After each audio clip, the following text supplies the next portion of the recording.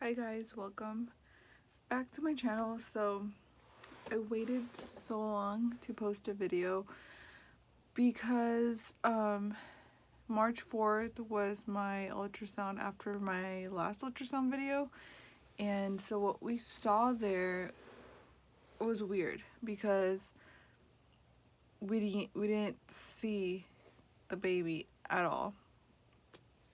I was the last video where you guys said, "Oh my god, get a new doctor, she's so rude." Ugh. You guys saw that she said I'm sorry, my phone keeps going off about the stuff that's going on in the world right now, so I keep looking at it. So yeah, you saw in my last video that the doctor said, okay, we see a gestational sac, we see a yolk sac, we see a fetal pole, but no heartbeat.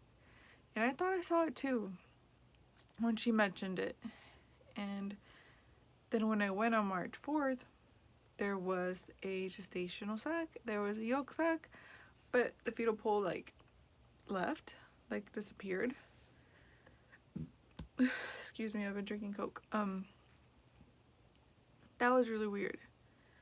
I was like, what? I thought we saw it. She's like, well, yeah, that's what we thought we saw last time, but remember, we're not really sure. And I really wanted to show her the freaking video that I recorded, and I'm like, no, lady, look, you even told me, but I didn't do all that. I was just like, I guess.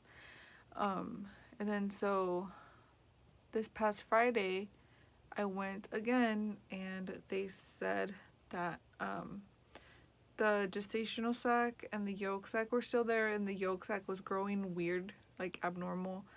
And the way I saw it in the ultrasound was the yolk sac was really big, and the gestational sac was just kind of there, and the yolk sac was half the size of the gestational sac in there, and there was again no fetal pole.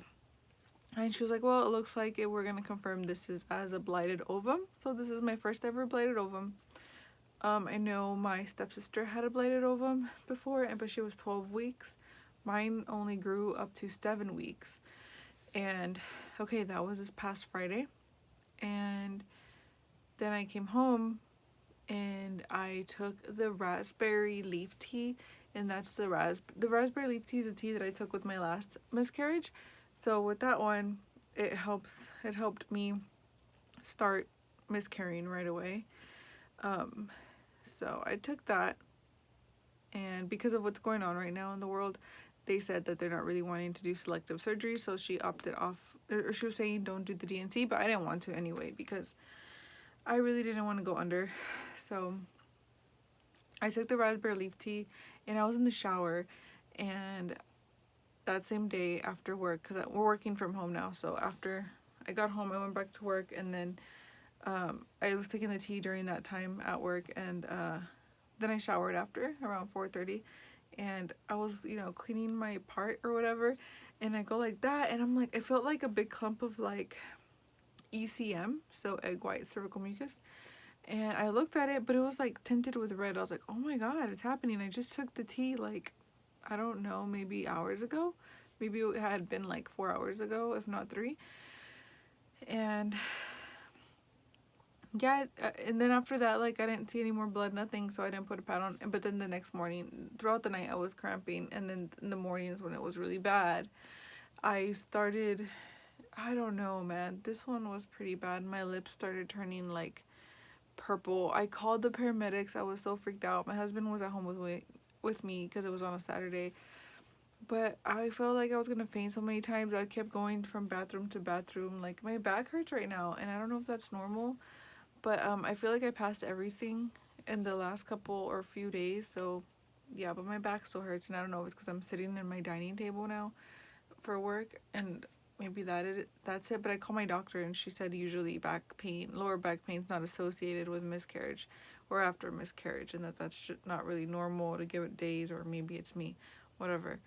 But yeah, I had a blighted ovum. It was my last miscarriage in November. I saw the baby. Oh my god, I don't know if I told y'all, but it was in the restroom, and I kind of felt down there opened up more than usual because I was just peeing, and I knew, and then I heard something like plop, and it was, I guess, like the sack with the baby in there and all that I still have, and I need to bury the baby, and I just don't know how to do it. But this time I knew that there was no baby, and I kind of googled it because I was kind of confused as to why supposedly we saw a fetal pole that we didn't.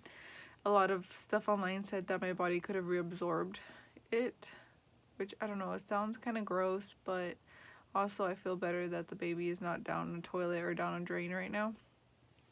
Who knows? I don't know, but she checked twice and she said there's no fetal pole after the first fetal pole that she saw, which is the video you guys saw when she was being rude.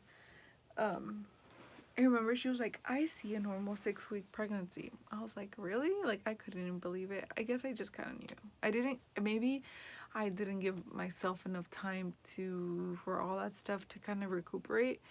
And I got pregnant like in a month and a half or less after my last miscarriage. So I want to say it's that, or I want to say it's because I am like the definition of obese, because I'm 5'2" and my weight is just not like where it's supposed to be. So I'm like, maybe it's because I'm obese. And then my friend's like, no, there's a lot of bigger women that are heavier set women that get pregnant with no issues. And I'm like, ugh. I don't know what it was, but I had a blighted ovum, my first one ever. There's no baby in there. I don't even think there's any placenta left after all that happened.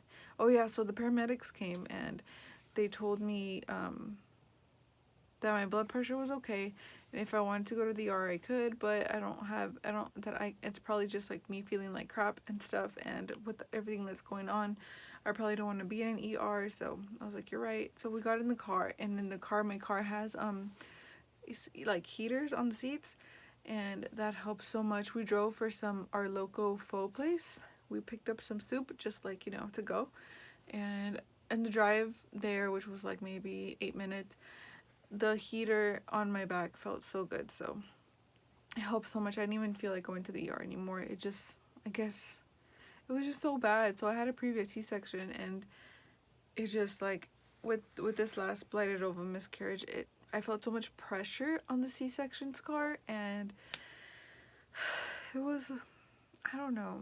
And you know what? I'm sorry I'm rambling, but the doctor never gave me like pictures of the baby, not even on the first fetal pole, which I'm glad she didn't. She just kind of kept it to herself. Maybe she kind of knew. I feel like I kind of knew.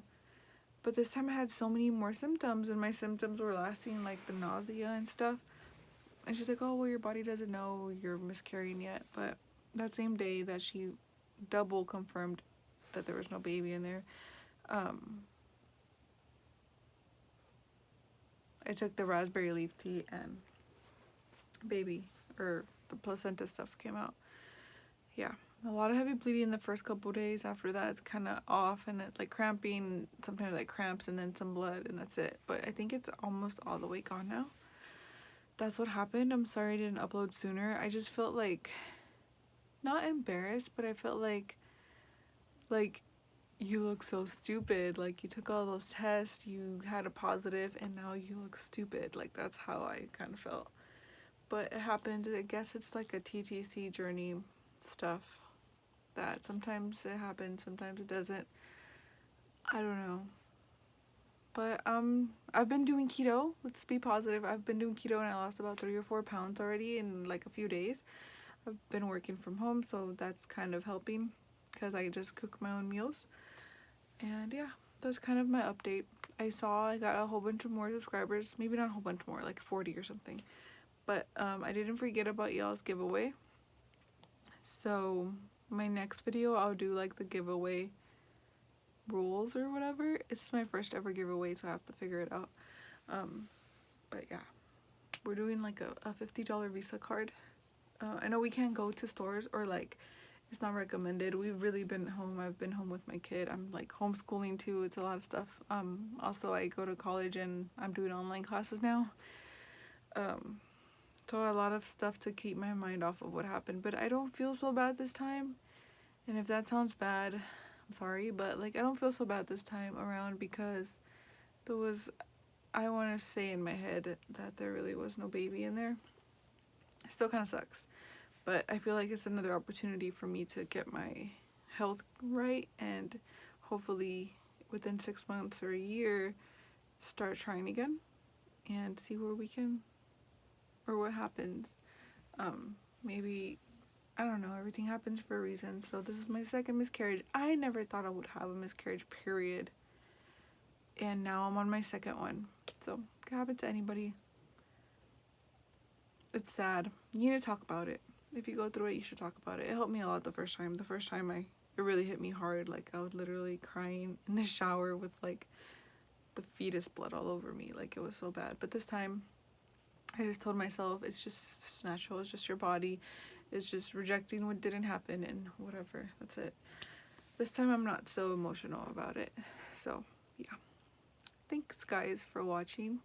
And I feel like I disappointed. I don't know. I know it's like I couldn't do anything to prevent it, but I feel like I wish I had better news for y'all. I wish I had better news for me.